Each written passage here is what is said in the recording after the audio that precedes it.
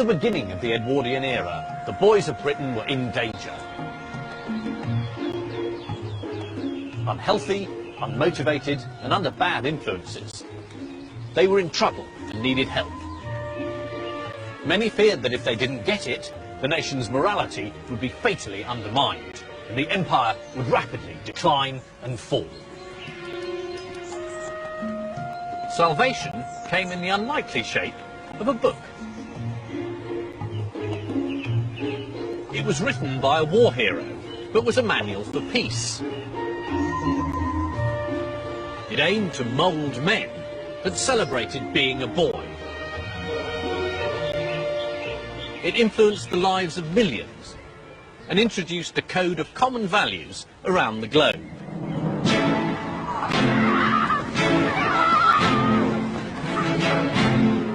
Its name was Scouting for Boys.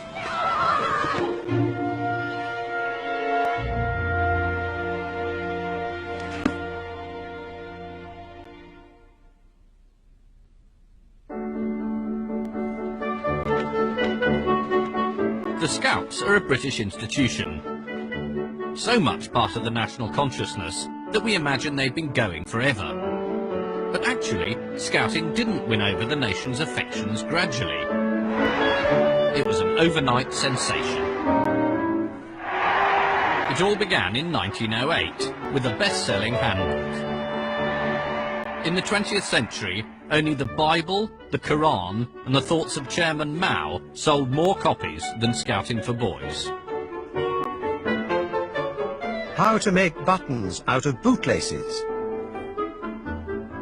How to fly Britain's flag.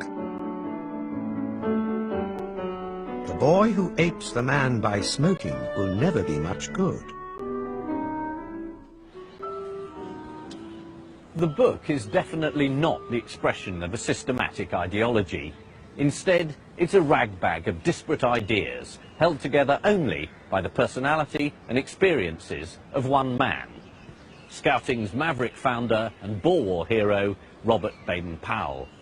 He's pro-British Empire, but anti-men with waxed moustaches. And he's completely obsessed by boots. It is surprising how much meaning you can read from the boot. To wear your heels down on the outside means that you are a man of imagination and lover of adventure. But heels worn down on the inside signify weakness and indecision of character. He may have had some peculiar ideas, but Baden Powell was also very charismatic. Hello, you boy in the corner there. You ought to be a Boy Scout. You're a fine-looking fella, and I know you'd make a jolly good backwoodsman by the look of you. You're ugly enough anyway. Actually, I was never in the Boy Scouts. I think at that age I was probably too busy making jokes about Baden Powell's Scouting for Boys. Is he? Naughty old Baden Powell. Not realising that that wasn't a very new joke, and that it's always been easy to laugh at Baden Powell and at the Scouts, and it's become something of a national tradition to do exactly that.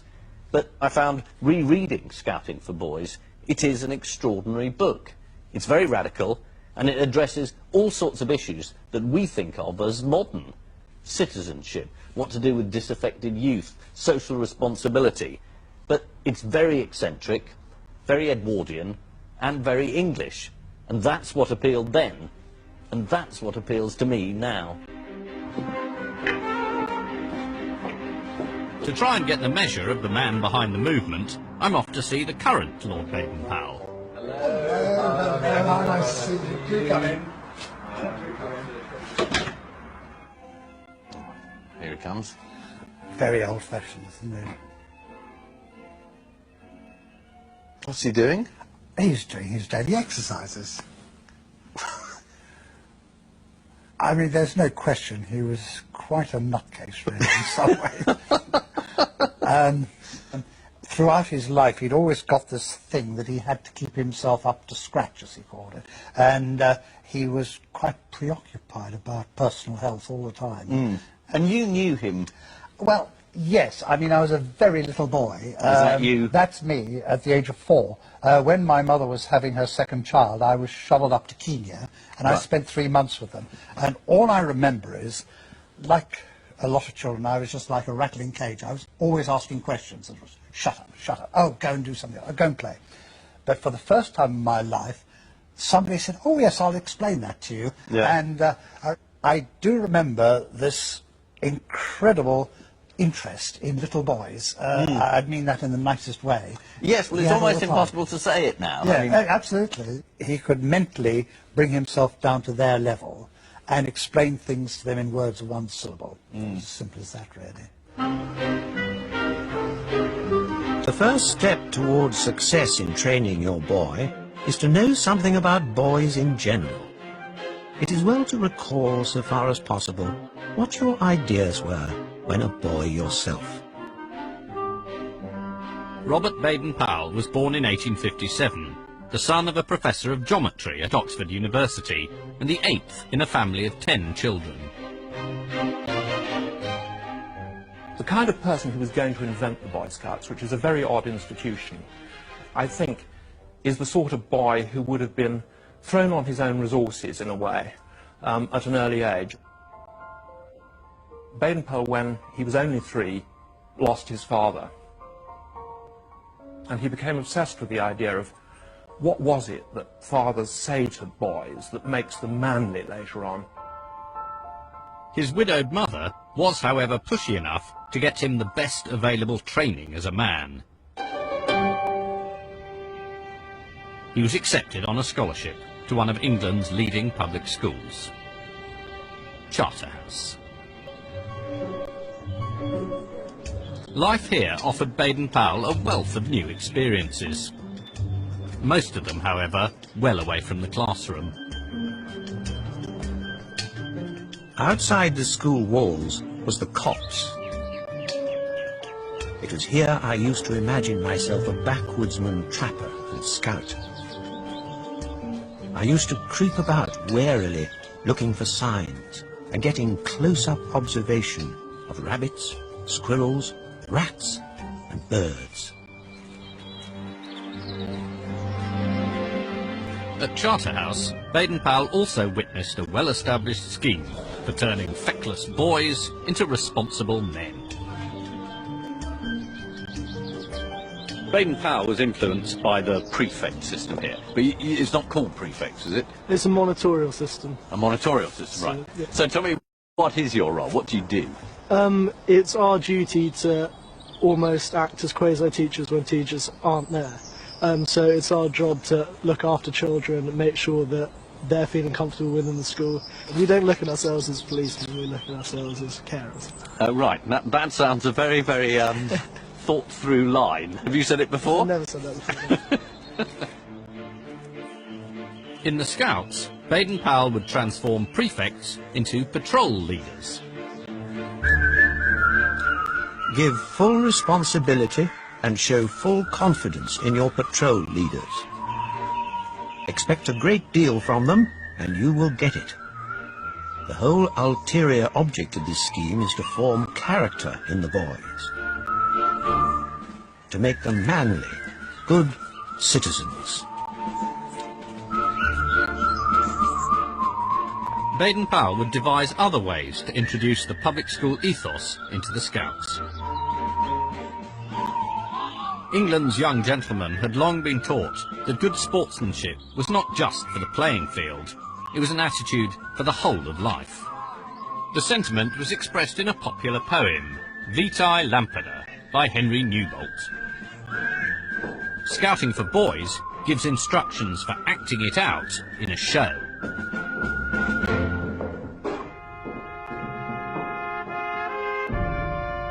The sand of the desert is sodden red. Red with the wreck of the square that's broke. The Gatling's jammed and the colonel dead, and the regiment blind with dust and smoke. The river of death has brimmed its banks, and England's far, and honour a name. But the voice of a schoolboy rallies the ranks. Play up, and play the game.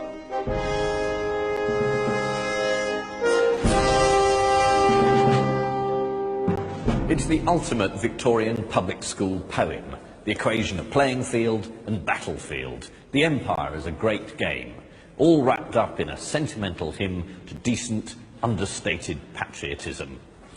It's ridiculous, of course, but hugely effective, and Baden Powell wanted to use it to inspire boys of every class. Many Edwardians assumed public school values were the privilege of public school boys, but Baden Powell was more ambitious. Baden Powell wanted scouting to cross the traditional class divides, which he called artificial anyway. His vision was not just for boys from the cloister, but boys from the inner cities. The Fourth Scout law states that a scout is a friend to all, and underneath that it says in big letters, a scout must never be a snob.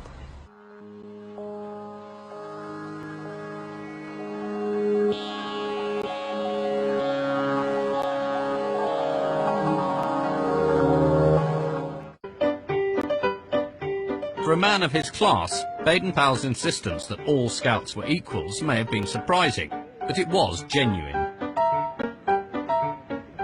At this time, cricketers at Lord's went in through different entrances, players and gentlemen, and it's not cricket, you know, is a phrase which denotes everything that we'd like to think is British fairness. But society in Edwardian England was anything but fair, and he had a pretty good gut feeling that that was so.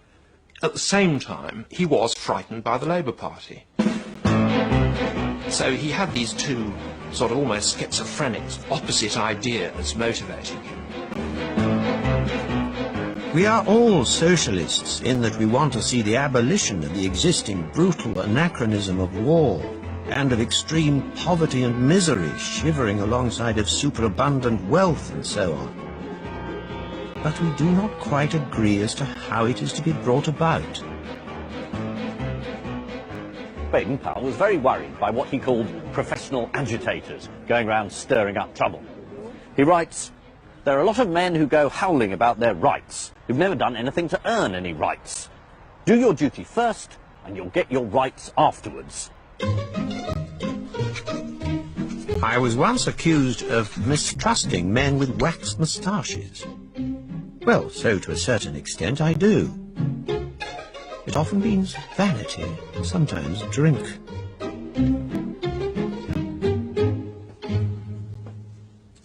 But why should anyone listen to the thoughts of Baden Powell?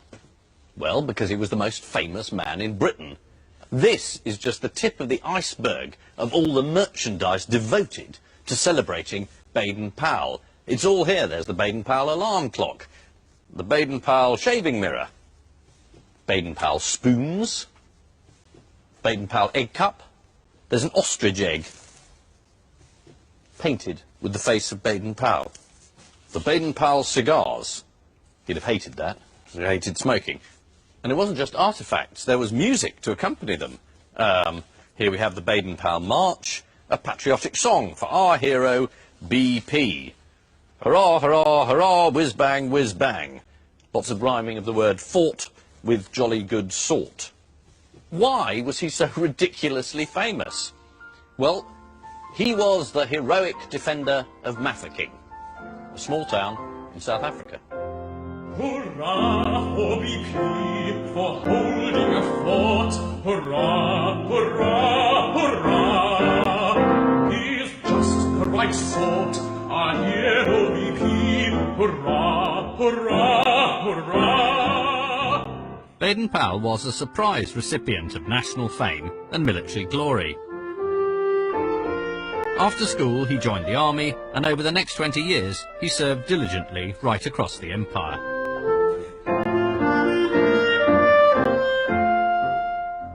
He was never a standard-issue military man. Instead, he was fascinated by a form of reconnaissance work known as scouting. The covert scrutiny of an area to gather information. It needed initiative, observation skills, and self-reliance. Powell excelled at all of them.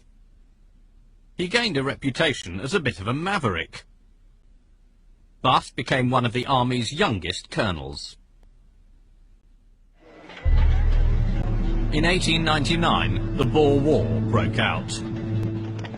Baden Powell was sent to South Africa under orders to engage the enemy in the north of the region with the help of local recruits. It soon became clear the advancing Boers had superior manpower, so Baden Powell decided to hold out in the town of Mafeking. Even 70 years later, Baden Powell's exploits at Mafeking could inspire small boys, including me. I wrote a project about the Boer War when I was 11. I wrote, Baden Powell, though remembered for the Boy Scouts, is hardly ever given credit for his defence of Mafeking. Not strictly true, it's sort of controversial opening. It's very important in histories. He got the men to obey him to the letter, and they succeeded doing as they were told.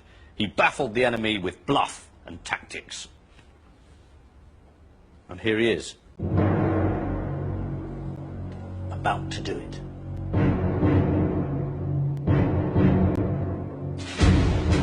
Right from the outset, Baden Powell was heavily outnumbered. There were about 2,000 armed men in Mafeking. 1,100 of them whites, the rest natives, and only about a quarter of all of them had any sort of military training. These lot were facing 6,000 Boers. This was no ordinary engagement, and it tested Baden Powell as a leader and a strategist. It also crystallised the ideas that would later form the core of Scouting for Boys. Baden Powell was assisted in his defence of the town by an unlikely force, a group of boys. Gathered together before the siege started, they became a sort of unofficial cadet corps. They performed a vital role taking messengers between the various defenders, often on bicycles and under fire. In later life, Baden Powell would recount the stirring story of the cadets at Mafeking to inspire English boys. I said to one of these boys on one occasion, you will get hit one of these days riding about like that when shells are flying. And he replied, I pedal so quick, sir, they'd never catch me. Would any of you do that?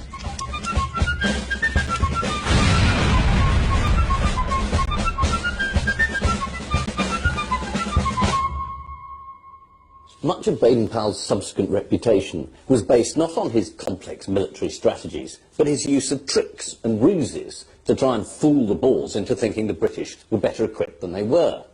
They didn't have any mines, but Baden Powell got these men to walk out beyond the perimeter, carrying big black boxes, and then to bury them deep in the sand at intervals.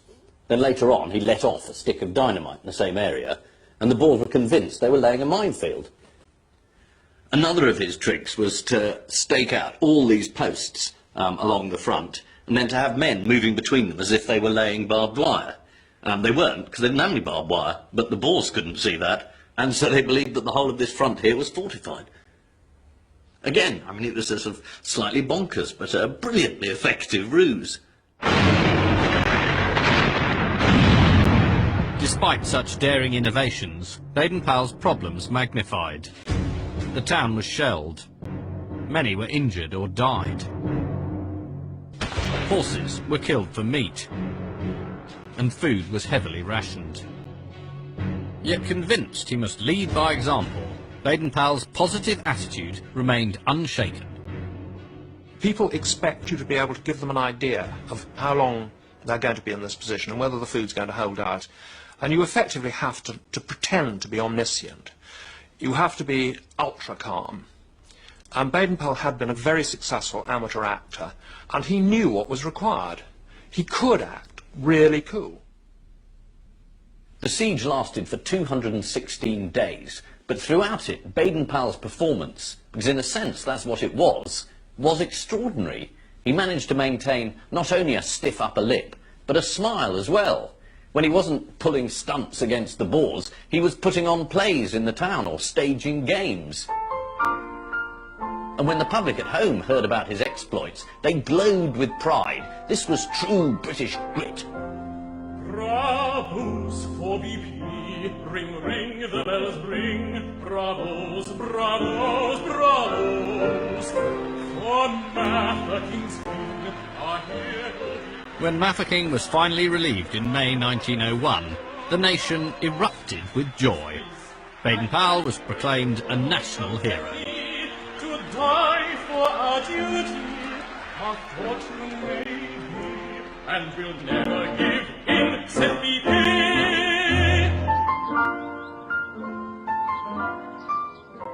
The British may have been the ultimate victors, but the Boer War had left the nation badly shaken.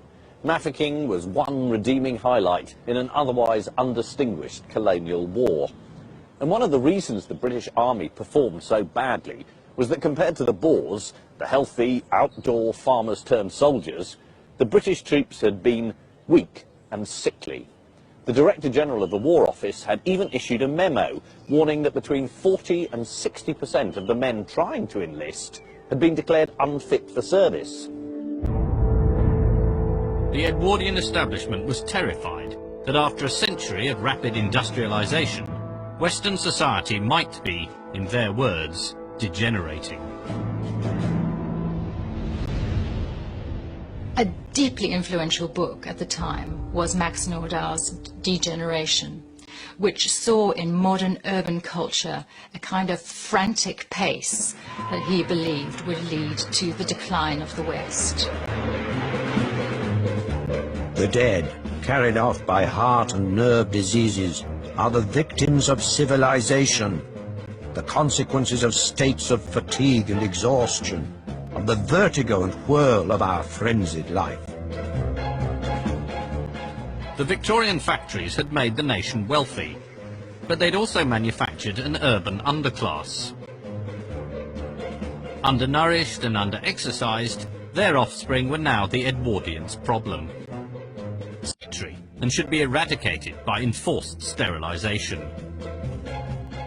But Baden Powell was no pessimist. He was not prepared to write off the nation's youth.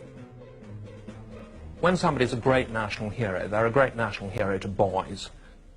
And quite spontaneously, little boys' groups, they might be choirs, they might be little local clubs or whatever it is, asked him to be their patron, and he sent them advice. When ordinary people began to buy a book he'd written, called Aids to Scouting, he realised that though they were originally designed for soldiers, the same techniques could work for civilian boys. Scouting is a character-building exercise. It teaches self-discipline, observation, inquisitiveness. These are all, to Baden Powell, good qualities. Baden Powell agreed to use Aids to Scouting as the basis for a new work, which would promote the health and well-being of British youth. The Edwardians were the first generation to go football crazy. But then, as now, not everybody approved. The idea of being a fan, of spectating rather than participating, did not appeal to Baden Powell. He believed in a healthy mind in a healthy body. Mens sana in corpore sano. That was the real goal for a boy.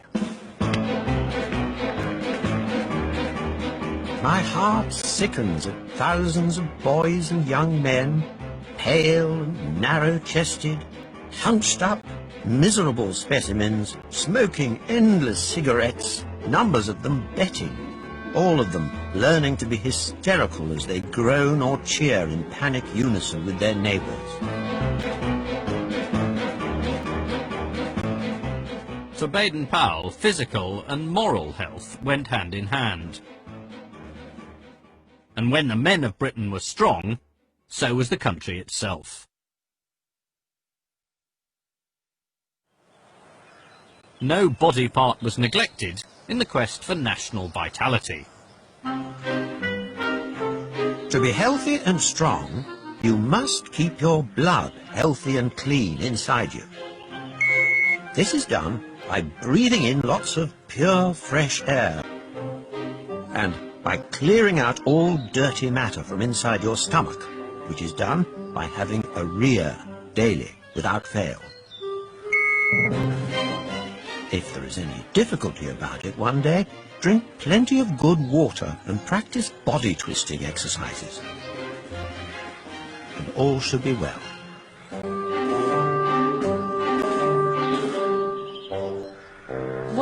struck me editing the book was the number of times Baden Powell talks about orifices. Mouths, anuses, eyes, ears, all the openings of the body.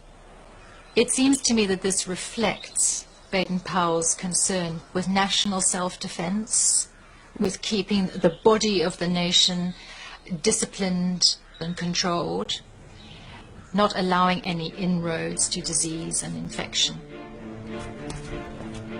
Unlike traditional educationalists, Baden Powell also believed it was in the national interest for boys to show initiative. And he charged each scout with doing a good turn every day. Give a hand with that box.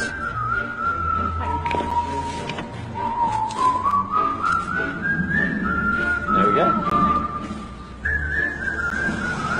Good morning. Would you like some help across from the road? Despite his best efforts, many of the issues of a century ago are still high on the social agenda today. There we are. I'm going to see David Lammy, MP for Tottenham in London, Minister for Culture, and more importantly, former Cub Scout, to discuss Baden Powell's influence on New Labour.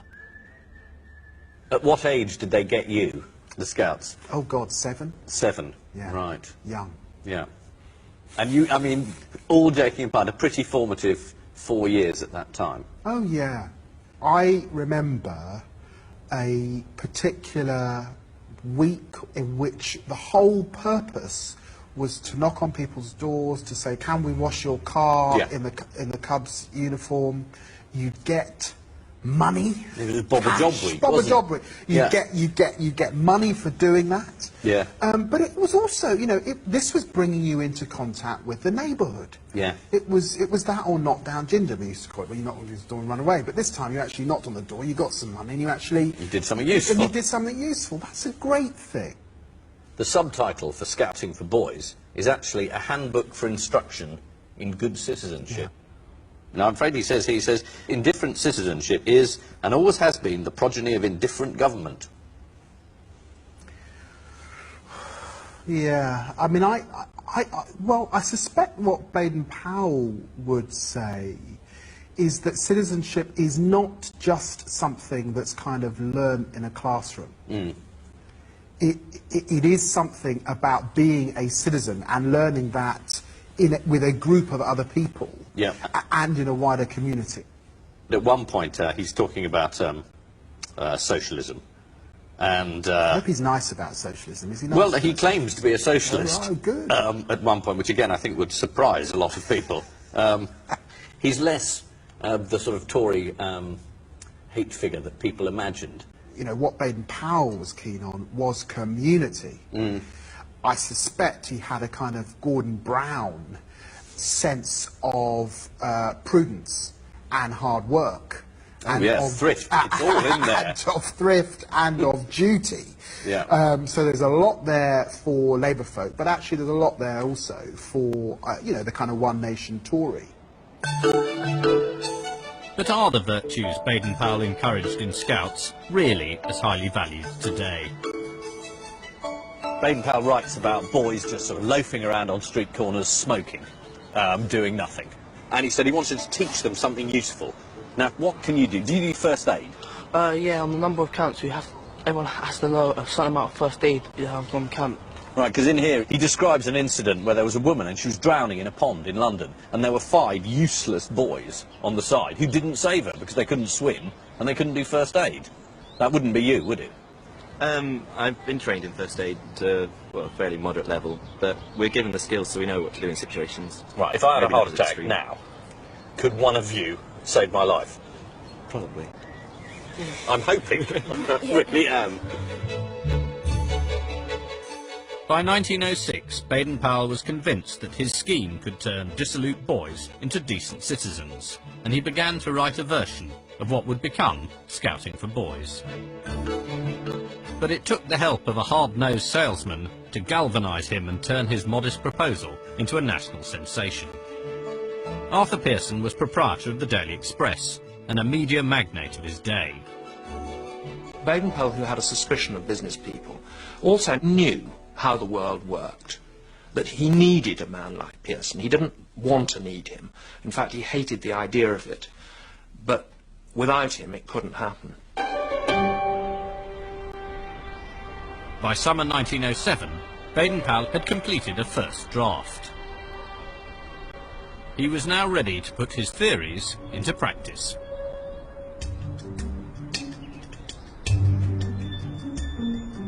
He invited 20 boys for a camping holiday off the coast of Dorset, on Brownsea Island. Some came from public schools. Others, already working, were from local church boys' clubs.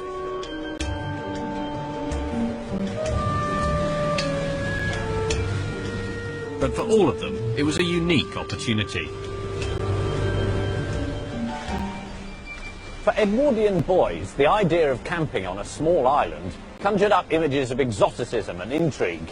They were following in the footsteps of Robinson Crusoe and Treasure Island. And Baden Powell wanted to reinforce this idea of being cut off from civilization and forced to depend on their own resources. So he didn't have them camp here, within sight of Poole, but he had them camp a mile away, on the wildest, furthest side of the island.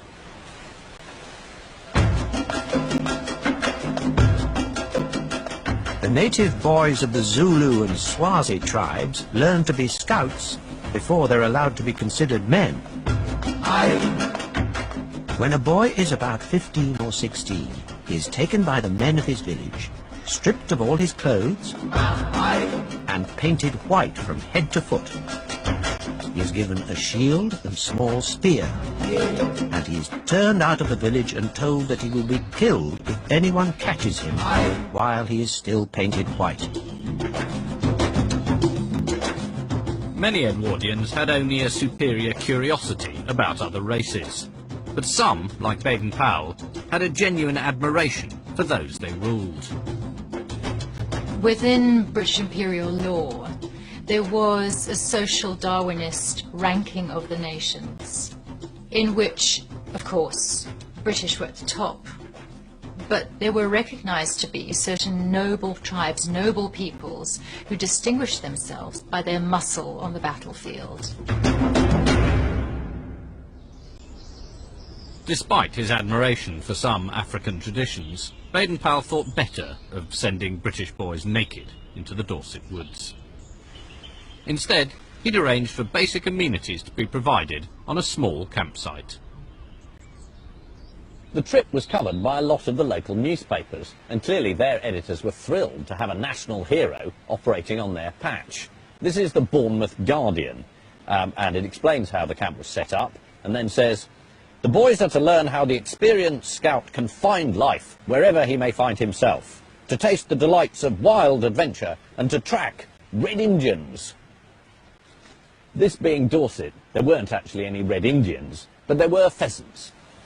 The idea was the boys had to track the pheasants, get close enough to them, not to kill them, but to photograph them, and then report back to camp. And this was a classic Baden Powell technique, to relocate the thrills of the Wild West in the Southwest.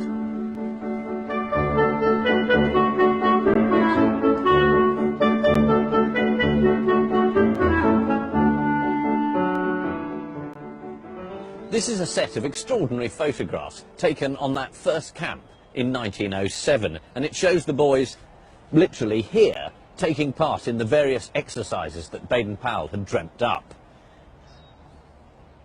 Now that looks like a game boys would enjoy. Jump headfirst out of a tree and see if anyone catches you. Well, that does look fun. Now this is a manly game. This one's called The Struggle. It does look quite peculiar, but it's basically people pushing their chests against each other. And it's meant to get the heart pounding, according to Baden Powell. First aid. This one is called Dragging an Insensible Man. But in this case, it's a boy sitting up and laughing, which slightly ruins it. They're clearly enjoying being outdoors, playing games, dangerous games, and learning practical skills. When they were camping, Baden Powell needed to collect the boys together. So what did he use? A whistle? No. He used this, which is a kudu horn, made from antelope, which he picked up when he was a soldier in the Matabele campaign in 1896. The Ndebele people use it for generating fearsome war cries, but it's very good for collecting together small boys.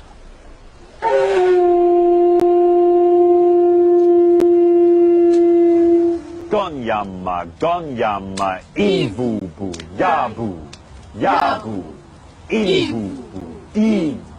Gonyama, Gonyama. At night, Baden Powell taught the boys Zulu war chants and enthralled them with tales of his overseas adventures. Once I went butterfly hunting in Dalmatia. Batteries had been built upon these mountaintops, and it was my business to investigate their positions, strength, and armaments. I took a sketchbook, a colour box, and a butterfly net in my hand, and I was above all suspicion to anyone who met me. They did not look sufficiently closely into the sketches of butterflies to notice that the delicately drawn veins of the wings were exact representations in plan of their own fort.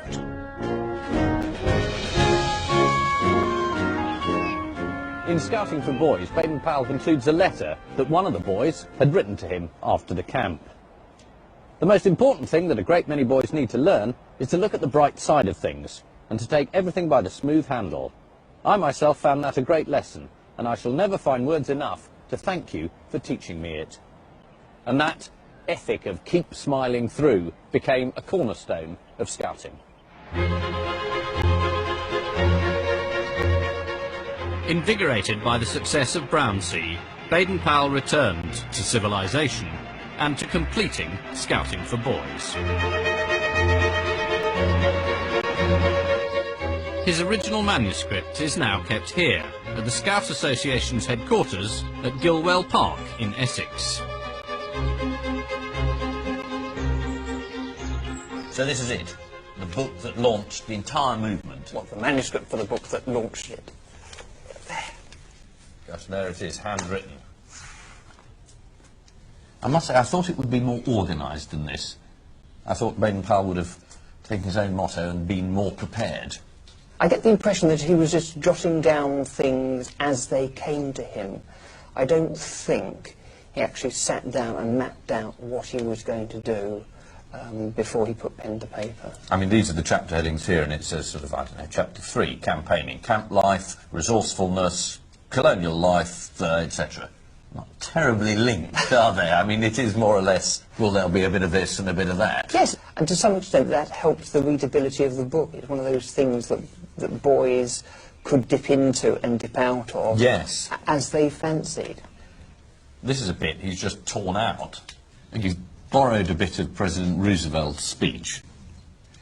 And it's about the qualities that make a good soldier. And Baden Powell's crossed out soldier and written scout. There's a very wide selection of material that he's obviously read from and cross-referenced into this book. There's even Greek philosophers he's quoting. He's quoting American pioneers. He's lifting chunks from Kipling.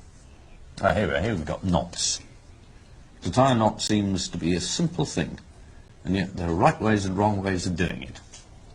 It's written something else in over the top. Now, lives depend on a knot being properly tied, says Afterthought. Which is so very true. And these are his drawings? They are his drawings. It's quite difficult to actually draw a knot that people can follow and copy. Yes. There's total clarity that you could follow that. You think? Yes, I do. 2 half hitches. That one looks hard, though, doesn't it? No. Even in diagram form. No. When you open this, your job, your movement, everything here comes from his notes on some bits of lined paper, doesn't it? From these pages, it is quite amazing to think that the whole Scout movement has flowed from him sitting down and scribbling these notes. A bit like the Ten Commandments in the Christian tradition. But I'm sure he'd be flattered by that. In January 1908, when Scouting for Boys was set for publication, Arthur Pearson orchestrated the marketing. He decided that rather than publish it as a single volume, it should first be serialised in separate parts, which you had to wait for and could collect. Scouting for Boys was a success virtually from day one. By the time the 6th fortnightly instalment came out, boys were queuing to buy it. Baden Powell's original idea was that Scouting would piggyback on existing boys' movements. But then when the book came out, Scouting appealed in such a way that boys wanted to scout themselves. So Baden Powell had more or less to scramble to catch up with the wildfire success of the book. So the movement followed the book. It's one of the few, if not only, instances, I think, in world history of a book having generated a movement. And one of the secrets of the movement's success is right there in the opening section. This is a very famous painting of a scout, and it shows a boy in that classic scout uniform. And I think we've all seen it so often that you forget how very odd it is. The hat is a South African hat from the constabulary where Baden Powell was serving. Then the shirt, which is an army shirt, a long army shirt worn in India and Afghanistan. And basically the army had fashioned it on the traditional Muslim shirt.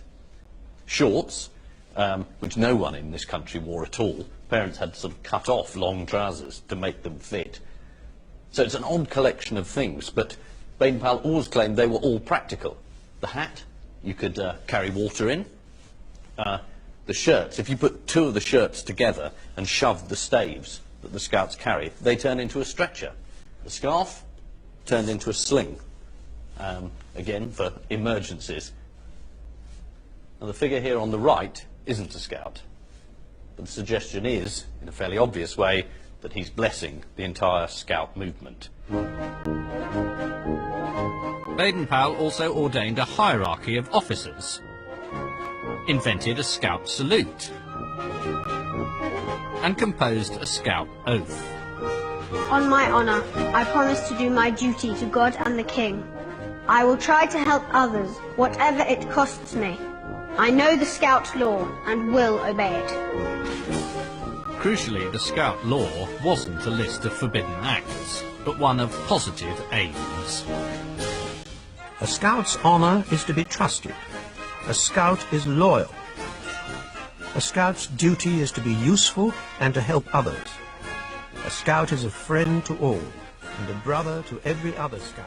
In Scouting for Boys, Baden Powell also gave the movement something critical: the impression it already had a history. The British Empire had quite a propensity for inventing traditions. In other words, for making up a movement, an idea, an organisation, and then passing it off, or indeed marketing it, as something traditional and conventional and steeped in the past. Scouting, of course, does so by harking back to what Baden Powell calls the Scouts of history. In the old days, the knights were the scouts of Britain, and their rules were very much the same as the scout law which we have now. We are their descendants, and we ought to keep up their good name and follow in their steps. Baden Powell even suggested that Scouting had a lineage that led all the way to the king. He noted that the king signs himself R.I., Rex Imperator, the emperor.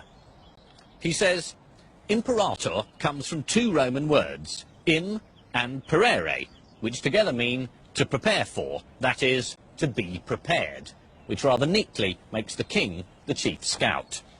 It's neat, but it isn't true. Imperator just means he who rules, but no one was going to object, and certainly not the king. Edward VII returned the favour in autumn 1909, when he knighted Baden Powell. By now, the Scout movement had over 100,000 members. Scout troops were patrolling across the country,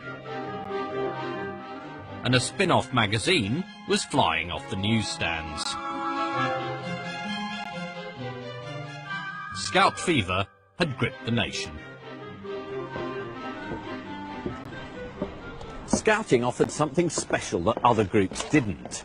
At its core was a belief in the positive power of play and make-believe. Scouting for Boys is peppered with ideas for staging little plays, dramatising poems, putting on a show, and it encouraged each boy to imagine himself as a potential hero on the bigger stage of life. The boys of Britain at the start of the 20th century had no interest in the romantic life of the chief scout. They were just thrilled that, unlike most Edwardian adults, he refused to patronise them. He entrusted them with civic tasks, like giving first aid or directing people in fog. Responsibility, he believed, developed character.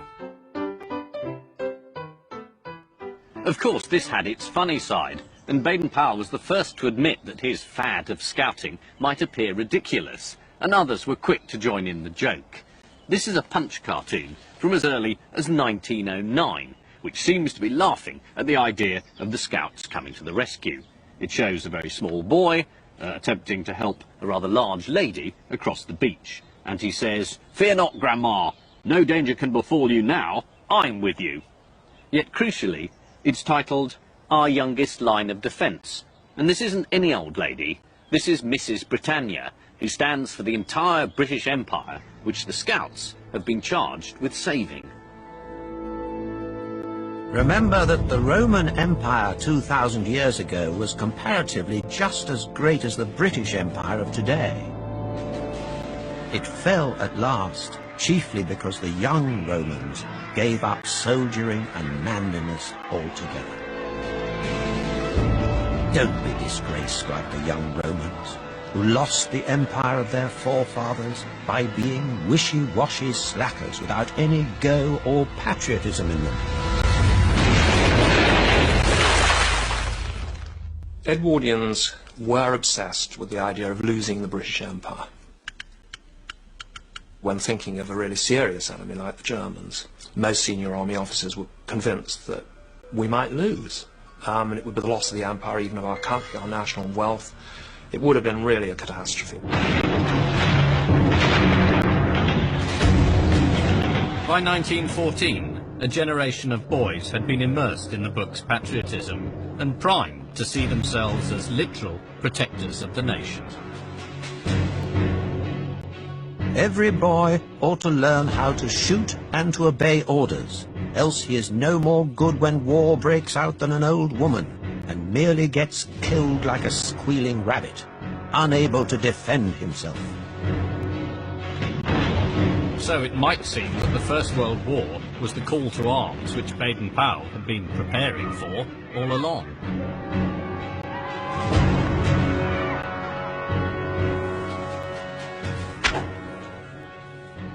Baden Powell insisted that every boy be able to handle a weapon, but he refused to see his scout movement as a sort of military cadet force. Indeed, Baden Powell defended himself against charges of militarism in Scouting for Boys. He said there was a world of difference between self-defence, standing up to bullies on the international stage, and bloodthirsty warmongering. When an eminent public man wrote to me that I ought not to teach boys soldiering because, as he puts it, he hates war like the devil, I felt bound to reply that had he actually seen anything of war himself, he would, like most soldiers, hate it worse than the devil. Rather than see his scouts become a branch of the armed forces, the chief scout offered his boys for civilian duties, running errands, working in Red Cross centres, and coast watching. But the war inevitably took its toll on the scouting movement. 250,000 former scouts and scoutmasters fought for king and country, of whom 10,000 died. Among the fatalities were 5 of the 20 boys who joined Baden Powell on Brownsea Island back in 1907.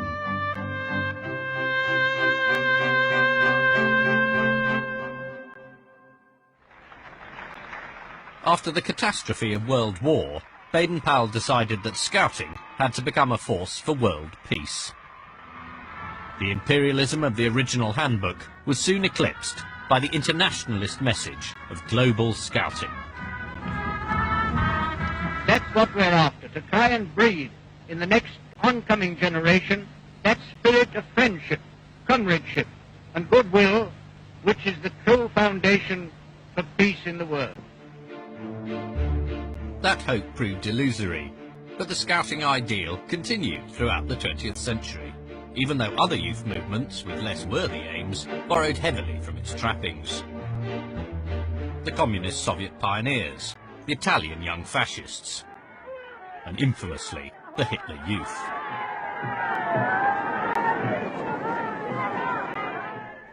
But to assume that all boys in shorts are brainwashed stormtroopers in waiting does a grave injustice to Baden Powell's Edwardian experiment. After all, which of these movements didn't mind what religion you were, or what colour, or what class? And which of them instructed their members to smile and whistle under all circumstances? One of Baden Powell's favourite mottos was "get a laugh on." His movement was always a mixture of earnestness and playfulness. He wanted to instruct boys how to cut down trees, but he couldn't resist adding, "Don't chop your leg off." That's why the book is still so engaging, and despite being firmly rooted in the Edwardian era, it was trying to address issues that still resonate today.